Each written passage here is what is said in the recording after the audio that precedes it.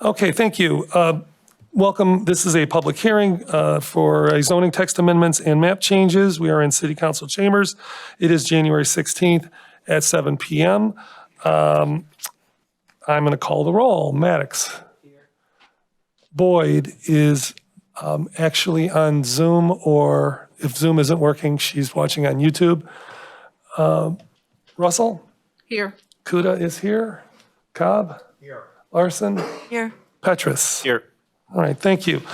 I would now like to ask Director Zanf to come forward, which you have done already, and present. It's all yours, Director. Thank you, council and members of the public. I apologize in advance. This is going to be mostly a repetition of the presentation that I gave at Committee of the Whole. I know there's one member of the public here, and of course, the intent of this is a public hearing to hear from them.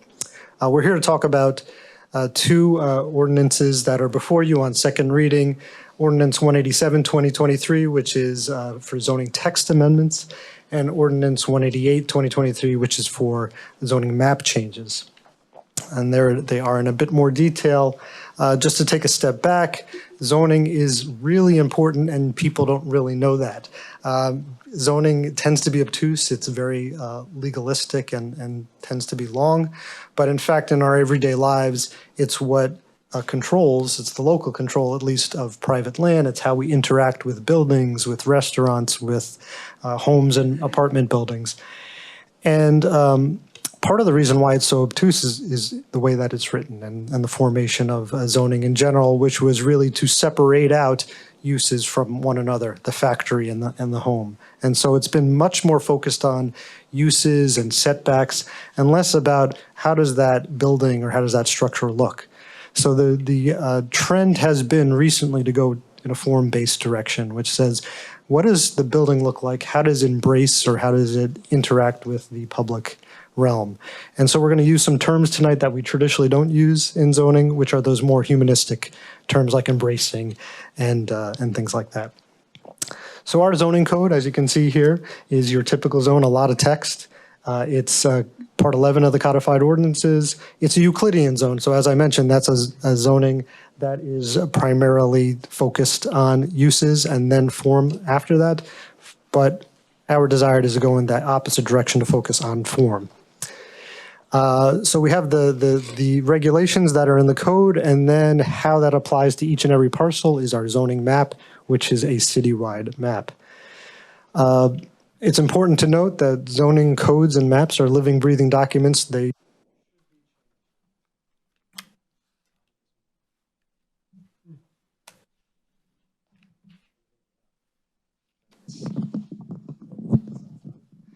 should be changed to change with the times, to change with how we're functioning and acting, and just changes in technology. That's already built into our code. The Planning Commission does an annual review. We have Section 1119, which is the process that we're following here tonight. And like I mentioned, we're heading towards form-based zoning, which is, we'd like to term zoning with feeling. So we started out with this initiative looking at South Taylor Road, and we did that for a couple of reasons. As you can see here on the screen, there's been a bunch of previous planning initiatives that happened on South Taylor, which include the master plan talks a lot about South Taylor. We have some of the corridor studies in the Compton Road Greenway, and then even the Cedar Taylor District had its own planning study. Was a lot of community meetings in the mid to late 2010s and early 2020s. And we know that the zoning for South Taylor Road, Euclid Heights Boulevard to Cedar Brook, is convoluted. There are 7 districts. That's way too many districts. That means 7 different sets of regulations, 7 different types of uses. That's the reason why there's no cohesive, unified look and feel for that district. So as you can see here, those are the challenges. They're very auto-oriented, and we learned some things from the C2X zoning that we did for the Cedar Lane Meadowbrook project that helped to inform what we were thinking about on South Taylor. So we were looking to create a unified district that would be more modern, that would really enhance the mixed-use nature of the corridor, but also reflect and respect the single-family homes that are just off of the corridor, like all of our commercial districts, which are narrow and skinny. But as we did that for South Taylor Road, we said, why should this be limited to South Taylor? This really is something that should apply citywide to all of our commercial districts. So we took that goal, those goals and intents, make it more modern, focus on mixed use, respect the residential, and applied that citywide. And so the result are the two pieces of legislation before you. So we'll take these in reverse order. But before we do that, just to mention there were a number of community meetings. I mentioned this in the committee of the whole. We didn't want to put pen to paper until we sort of had some buy-in to the general concept, and that's what those early meetings were in August. And once we had that, we met with the neighborhood groups in and around South Taylor Road and have tried to be in contact with the businesses and property owners as much as possible.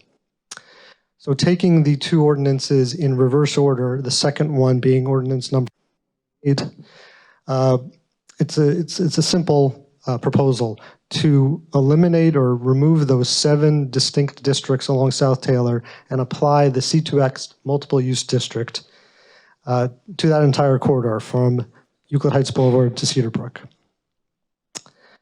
In terms of the zoning text amendments, there's a couple of key components. The one is to get the definitions right, and we'll talk a little about that in a second. To look at the commercial district standards and upgrade those and make them more modern. To make specific changes to that C2X district that we spoke about. We think that could be a model district for the city as a commercial corridor.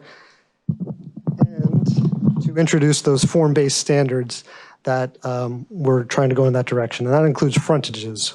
We'll have a couple of slides on that, transition zones, and then windows and design guidelines. Definitions, just not to dwell on this, getting definitions right is really important. Codes tend to sometimes include things that they shouldn't and not include things that they should. And so we're trying to fix that with this change here. Focus on the C2X district as a district that really amplifies the ability to get there by all modes, not just in a car. And part of that is loosening up and making the types of uses that are permitted in that district more flexible, as you can see here. That includes conditional uses that would be reviewed by the Planning Commission, even accessory uses, including introducing some new types of accessory uses that you tend to see in great public spaces, kiosks, jewel boxes, open-air cafes, and dining patios. Looking at the lot regulations to make sure that those are right, and really trying to make sure that the lots and the buildings embrace the street. Minimum yard requirements that are a bit more forgiving than we have today. And introducing these new form-based concepts. So the first one is frontage. Frontage is, as you can see sort of in this graphic, how a building interacts with the public realm, how it embraces the street. This is what we all interact with ourselves when we're walking, driving in a device, in a wheelchair or whatever. This is how we interact with a building. And these are different types of typologies that we're all familiar with in different locations. Transition zones, so making sure that as we go from the commercial district to the residential district, we're respecting that density, that feel of the residential district by stepping down. And so that's what this graphic shows, is sort of a defined way to step down from commercial to residential. And this actually already happens in Cleveland Heights. We just didn't call it a transition zone. So these are from in and around Cedar Fairmont, off of Coventry. Good examples of how we transition down from taller buildings to more residential ones. Looking to overhaul the commercial design guidelines to make sure that they really are reflective of current standards.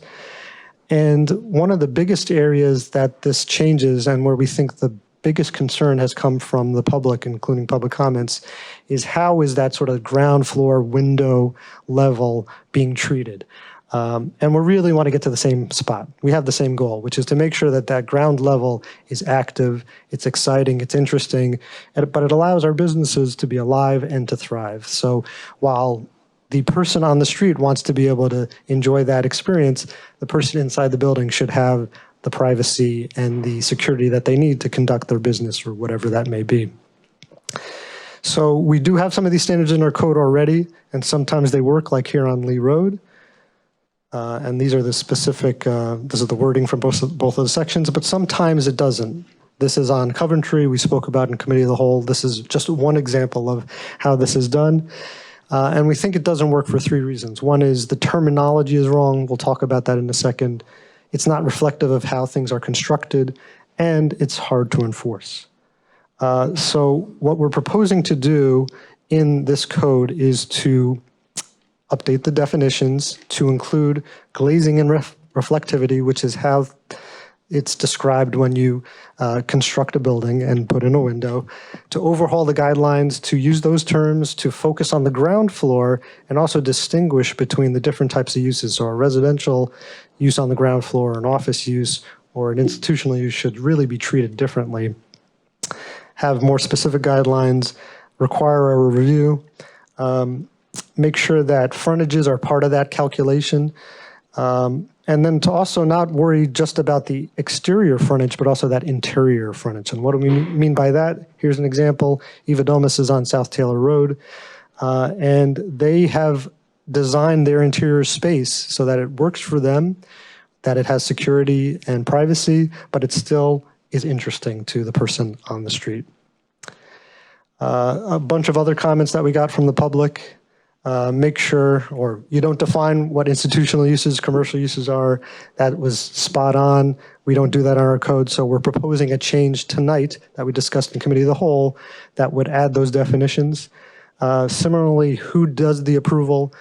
So we've added in that it would be part of the design review process, that the Planning Commission would be involved in that, not just the zoning administrator.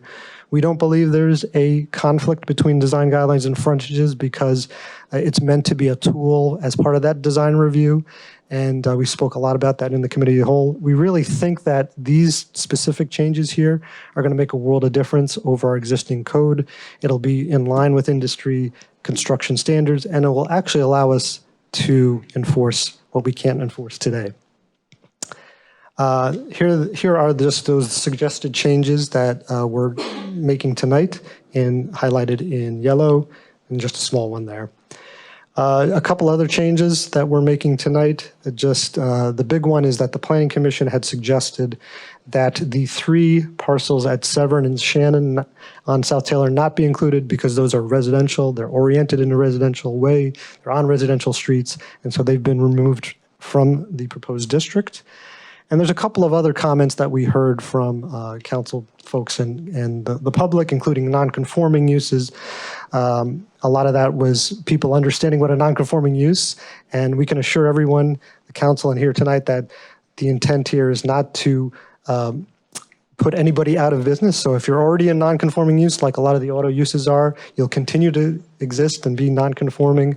In fact, we have some proposed changes in a separate piece of legislation that'll make it easier to improve your property. But we also were trying to be very careful to make sure that this wouldn't create any new non-conforming uses. So we want to make it so that it's easier for businesses to thrive in our city. Tree canopy, you'll notice there aren't any standards in the code related to that. That's because they're elsewhere in the codified ordinances. But we will have some changes at a future piece of legislation to enhance that. And for the Taylor Tudor project, there's some firm commitments from the city and from the developer to improve the streetscape, including the tree canopy. Open air cafes, this was just a question of what that is, how it's maintained. Here's an example from Van Aken, and it is maintained by the property owner. So where we are in the process, and I apologize for it being cut off, is that there were a couple of steps completed in late 2003. Committee of the Whole discussed this earlier, and here we are at the public hearing and potentially action tonight. So our recommendation would be after the public hearing, should there not be anything that needs to be considered further, that you adopt ordinances number 187 and 188 with the suggested changes, and we can defer to council about, or to the law director about the exact way to do that, but it would be perhaps as an amendment to what's in the packet. And with that, it's time to hear from the public if anybody would like to speak. All right. Thank you, Director Zamp. Is there anybody here who would like to speak on this, ask questions? Any council members have questions? Yes. Councilwoman Russell, Larson. I'd just like to make a statement, and I appreciate the direction that this is all moving, Director Zamp and staff, because in all our business districts, if we can get them all to be, the frontage appeal is what you're wording, like, alive and thriving, that's where I want to be able to drive through any of these districts, know what the business is by the window display or whatever it is that is agreed upon.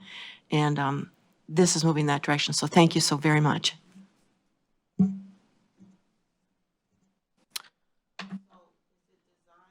Ma'am, You have the comment? ma'am, if you're, no, that's okay. If you'd like to speak, you probably didn't fill out one of those forms, but I'll invite you to come up. No, that's fine. Okay. I'd be glad to have you come up to the mic and, okay. All right. Councilman Cobb. Yeah, I'm still struggling with the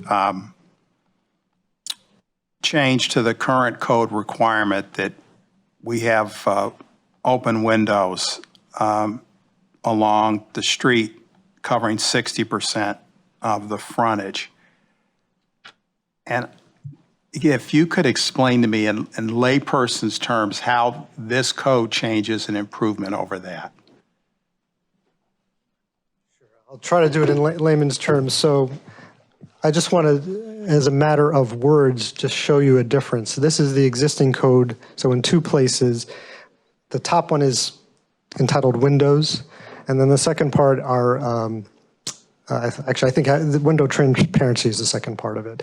And they sort of talk to each other, but they also don't. What we're proposing is something much more comprehensive, which is this and this. And you can see what we're doing here is providing almost like a case-by-case basis, giving guidelines to the reviewing entity, the planning commission or the zoning administrator, depending on what the proposal is and the use, then different glazing standards apply. And then tinting and glass is earlier in that paragraph. And then over here, you can see that this is also talking about the interior part of it. So it's really trying to address both sides, the outside and the inside. Did I do that in layman's enough terms? Yeah, if the current requirement is 60% and then this drops that, it looks to me, down to a minimum of 25%. Am I not reading that correctly? It could be. It could be as low as 25%, but could be higher than 75. And that's, again, just because in certain buildings, a 60% coverage doesn't always make sense. It might be where it's located on the lot or some other factors. So this is just building in a greater flexibility. It doesn't really decrease the standard. And then how will this prohibit those businesses that aren't grandfathered in? What will it do to prohibit them from doing what some of these businesses are doing now by putting blinds up? So it doesn't say it specifically, but blinds would not meet the standard. And so again, on a case-by-case basis, and I think somewhere we said in here, likely as a result of a complaint, we would go out and be able to actually enforce these standards, whereas now, based on the previous, more subjective terms, it's just too hard to enforce. And if you had further questions, I did want to offer up Karen and Greg Soltis, who is an architect, who can provide a little more light on this if you still have some questions. Sure. You know, what's driving my questions are a couple of residents, and I think you've probably been in contact with at least one of them that have had issues about this change and our lack of what they perceive to be a lack of enforcing the current standards. Good evening, Greg Soltis from RDL Architects. I think what we've proposed here in the zoning is to give more flexibility, right, and suggestion, so more design tools in order to create better storefronts. Because when we just try to apply one rule to all different kinds of uses, you get situations like on Coventry Road where you forced, so that's a restaurant, and that restaurant wants to maximize the number of seats in the restaurant. And so on that interior space, they've put booths right up against the window. So now you've created an uncomfortable situation for the people sitting at the booths, and so they lower the blinds. So these guidelines that allow a variation in the amount of glazing, which is the amount of like transparent window, the amount of reflectivity, and then talking about frontages, right? So different treatments for the architecture on the outside that create these transition zones of like the public space on the sidewalk, a transitional semi-private or semi-public space that might be an arcade or a stoop or a porch or a dining area, right? And then thinking about the interior. So for example, in that restaurant, perhaps you put, smaller tables a little bit away from the window in order to get seating. And now you've created a condition where it's actually maybe a delight to sit there and watch people walking by because you're not right up against the window. So all the variation in here is allowed, are design tools so that when a design review committee or the planning commission is looking at something that's proposed, they can have a conversation with the applicant and talk about what is the appropriate design solution based on all these tools that are presented for the specific type of use that you have. Does that make sense? I mean, I hear you. I think the reality is a little bit different than what you're talking about in theory. I think the reality is with some of these businesses that they don't want people walking on the street to see that they don't have any customers sitting in there. Well, that might be so, but there's also design solutions to that where you on the interior space, you could potentially design displays and have smaller views into the restaurant.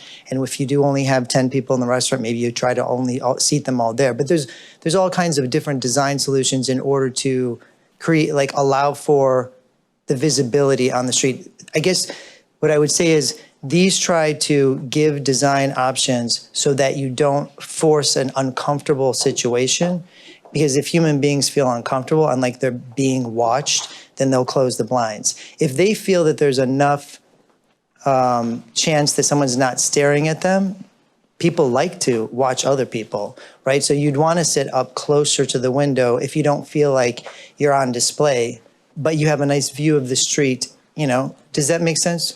So it's about making sure that there's transparency and that there's visibility of the street, but allowing a different degrees of transparency so that you create comfortable relationships between the interior, semi-private or private space and the public space on the street.